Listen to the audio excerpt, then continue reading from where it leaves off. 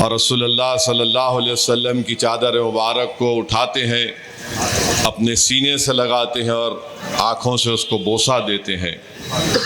رسول اللہ صلی اللہ علیہ وسلم نے فرمایا کہ ابو امامہ باہلی ادب اور دانائی کا خزانہ ہے۔ میرے عزیز دوستوں اور بزرگوں، حدیث شریف میں آتا ہے کہ ایک رات اللہ کے رسول صلی اللہ علیہ وسلم نصف شعبان کی رات کو جنت البقیع میں اپنی امت کے تمام مرحومین کی مغفرت کے لیے دعا فرما رہے ہیں۔ اور حضرت عائشہ صدیقہ رضی اللہ تعالی عنہ سے حدیث شریف ہے کہ آپ فرماتی ہیں کہ اللہ کے رسول صلی اللہ علیہ وسلم نے فرمایا کہ اب جو آئندہ جمعرات کو شعبان کی 15ویں نصف شب آنے والی ہے، رات آنے والی ہے، اللہ سبحانہ و تعالیٰ اس دن فیصلے کر لیتا ہے کہ کون آنے والے سال میں اس کی موت ہوگی، اور ان تمام لوگوں کی ناموں کی فہرست ملک الموت کو دی جاتی ہے۔ کس کو رزق ملے گا ان لوگوں کی فہرست اللہ حضرت میخائیل علیہ السلام کو دے دیتا ہے۔ تو حدیث شریف میں آیا کہ جو لوگ اس رات اللہ سے گڑ گڑا کر عبادت کرتے ہیں، مغفرت کی بھیک مانگتے ہیں، توبہ کرتے ہیں، اللہ ان کی توبہ کو قبول کرتا ہے، اللہ ان کی مغفرت کو قبول کرتا ہے۔ اور حدیث شریف میں آیا کہ ان لوگوں کی دعا اور مغفرت قبول نہیں ہوگی تا وقت وہ توبہ نہ کر لے۔ ان میں مشرک ہے، شراب پینے والے ہیں، زنا کرنے والے ہیں، ماں باپ کی نافرمانی کرنے والے ہیں، رشتوں کو توڑنے والے ہیں۔ تو میرے عزیز دوستوں اور بزرگوں، ایک مبارک رات آنے والی ہے، آپ کو اور ہم کو اللہ ایک موقع دے رہا ہے کہ ہم اس میں اپنے گناہوں سے اللہ سے بخشش طلب کریں۔ اگر ہم میں کوئی ماں باپ کا نافرمان ہے، ہم اپنے ماں باپ کو راضی کریں۔ ہم میں کوئی ہے جو رشتوں کو توڑتا ہے، تو اب ہم اپنے رشتوں کو سنوار لیں۔ کوئی شرک کرتا ہے، کوئی شراب پیتا ہے، زنا کرتا ہے، تو توبہ کر لے۔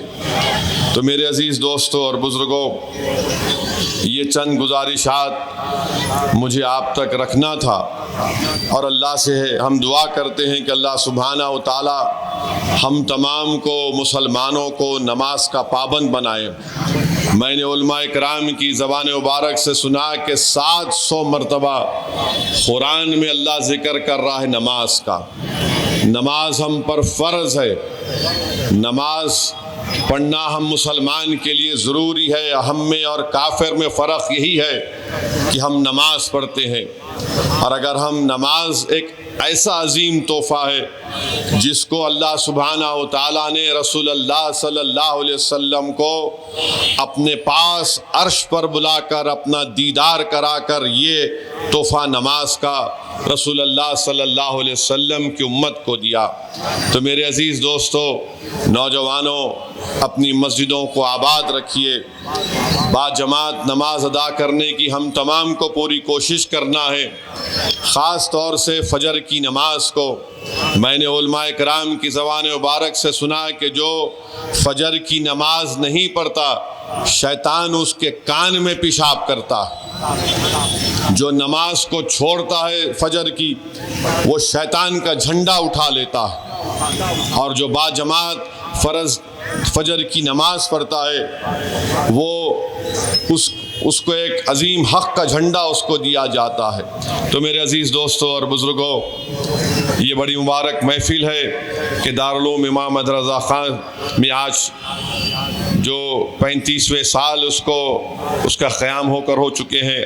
آج 18 حفاظ قرآن کو یہاں پر حفظ نے مکمل کیا۔ میں مبارکباد دیتا ہوں ان تمام حفاظ کو، ان کے ماں باپ کو، اور اللہ کے رسول صلی اللہ علیہ وسلم کے حدیث شریف ہے کہ جو حافظ قرآن کو حفظ کرتا ہے اور اب اس کے حلال کو حلال جانتا ہے، اس کے حرام کو حرام جانتا ہے، تو وہ قیامت کے دن اپنے خاندان کے ایسے 10 لوگوں کی شفاعت کرے گا جن پر جہنم واجب ہو چکی ہے، اللہ سبحانہ و تعالیٰ ان کی شفاعت کو قبول کرے گا۔ تو میرے عزیز دوستوں اور بزرگوں، ہم دعا کرتے ہیں کہ اللہ سبحانہ و تعالیٰ ہماری اولاد کو بھی حافظ قرآن بنائے، اللہ ان کو اتنا قابل بنائے کہ اللہ کا کلام وہ اپنے سینے میں باقی رکھیں۔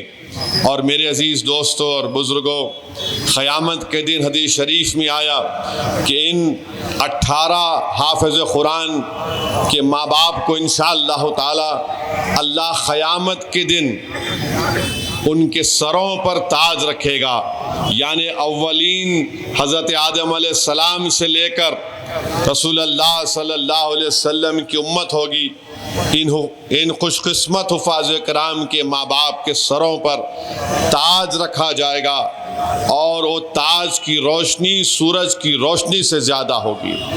اور حافظ قرآن کی اہمیت اور خصوصیت یہ ہوگی کہ قیامت کے دن اللہ ان کو حکم فرمائے گا کہ تم قرآن کی تلاوت کرو، اور تم جتنی تلاوت کرو گے اتنے درجات تمہاری جنت میں تمہارے درجات بلند کیے جائیں گے۔ میرے عزیز دوستوں اور بزرگوں، مجھے آخر میں حدیث شریف یاد آ رہی ہے کہ قیامت کے دن حساب کتاب ہوگا تو اللہ ایسے 4 لوگوں کو، 4 قسم کے لوگوں کو بغیر حساب کتاب کے سیدھا جنت کے دروازے پر ان کو پہنچا دے گا۔ اس میں ایک حافظ قرآن ہوں گے، اس میں ایک عالم بعمل ہوگا، اس میں ایک ایسا حاجی ہوگا جو بغیر فتنہ اور فساد کی حج کو ادا کرتا ہے، اور ایک ایسا شخص ہوگا جو حلال کی کمائی سے بغیر ریاکاری کے اللہ کے نیک بندوں میں، غریبوں، مسکینوں میں ان کو وہ دولت ان میں بانٹتا ہے۔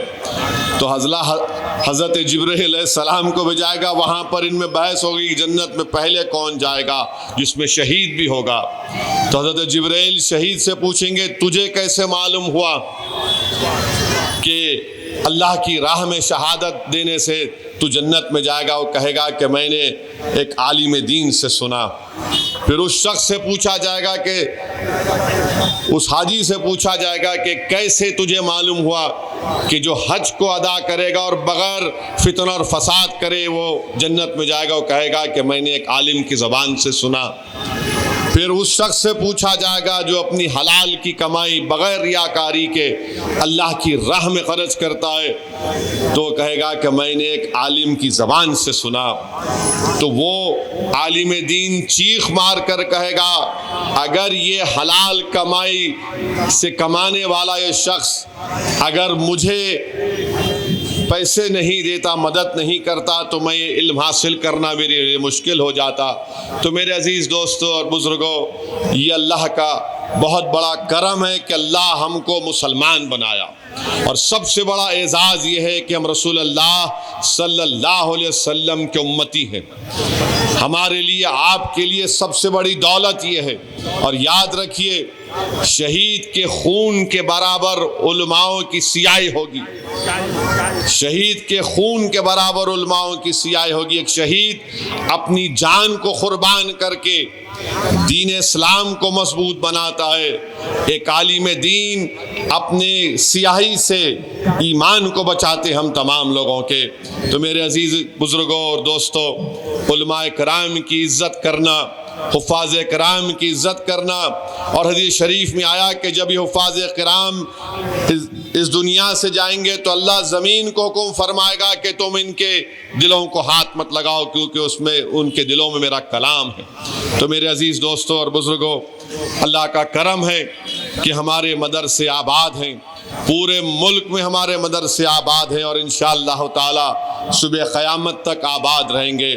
یہ مدرسے ہمارے دین اسلام کے قلعے ہیں، ان قلعوں کو مضبوط رکھنا، ان قلعوں کی حفاظت کرنا یہ ہماری ذمہ داری ہے۔ اور اگر کوئی شکایت ہے آپ کو کہ میرے پاس فلاں چیز نہیں ہے، میرے پاس اس چیز کی کمی ہے، تو تھوڑی دیر کے لیے وہ غزہ کے ان غریب مسلمانوں کو دیکھو جو اپنے برباد شدہ گھروں کی طرف مسکرا کر لوٹ رہے ہیں، جنہوں نے اپنے بچوں کو کھویا، 20,000 ان کی اولاد شہید ہو گئی، 19,000 ان کی بیٹیاں، ان کی بیویاں شہید ہو چکی ہیں، مگر آج وہ مسکرا کر اپنے برباد شدہ گھروں کو دوبارہ بنانے کے لیے اور وہ اپنے دین پر عمل کر رہے ہیں، اپنی مسجدیں جہاں پر ظالم اسرائیلیوں نے شہید کیا نمازیں پڑھ رہے ہیں، درود و سلام کے نذرانے پیش کر رہے ہیں۔ تو میرے عزیز دوستوں اور بزرگوں، ہم اپنی دعاؤں میں غزہ کے اور مغربی کنارے کے فلسطینیوں کے لیے بھی دعا فرمائیں، متحد رہیے۔ اور جو سپر پاور یہ کہہ رہا ہے کہ ہم غزہ سے ان 20 لاکھ فلسطینیوں کو وہاں سے نکال کر کسی اور جگہ پر لے کر جائیں گے، تو سنو سپر پاور والوں، جنہوں نے 1 سال تک تمہارے ہتھیاروں، تمہارے پلینوں کے ہتھیاروں سے، تمہارے پلینوں سے گرائے ہوئے بموں سے اپنی اولاد کی شہادت کو قبول کیا، اپنے گھروں کو برباد ہوتے ہوئے دیکھا، دنیا کی کوئی طاقت ایسی نہیں ہے جو زور اور زبردستی کی بنیاد پر غزہ سے ان غیور فلسطینیوں کو نکال سکے گی۔ وہ وہیں پر رہیں گے، صبح قیامت تک وہیں پر رہیں گے اور مسجد اقصی اور بیت المقدس کی حفاظت کریں گے۔ وہ اس وقت تک وہاں پر رہیں گے جب تک کہ قیامت نہیں آ جائے گی۔ کوئی دنیا کی طاقت ان غیور اور بہادر فلسطینیوں کو وہاں سے نکال سکے گا۔ اللہ ان کو سلامت رکھے۔ اللہ ہمارے اس دین کی سربلندی کے لیے جو لوگ کام کر رہے ہیں، اللہ ان کو سلامت رکھے، اور ہم اپنے علماء کرام کی عزت کریں، ان کی عزت کریں۔ اللہ ان کو بھی سلامت رکھے، حفاظ قرآن کو، اور جو لوگ مدرسے چلا رہے ہیں، یہ ہماری ذمہ داری ہے کہ جو رمضان کا ماہ مبارک آ رہا ہے، ہم ان تمام مدرسوں کی مدد کریں، ان کو آباد رکھیں۔ وآخر دعوانا الحمدللہ رب العالمین۔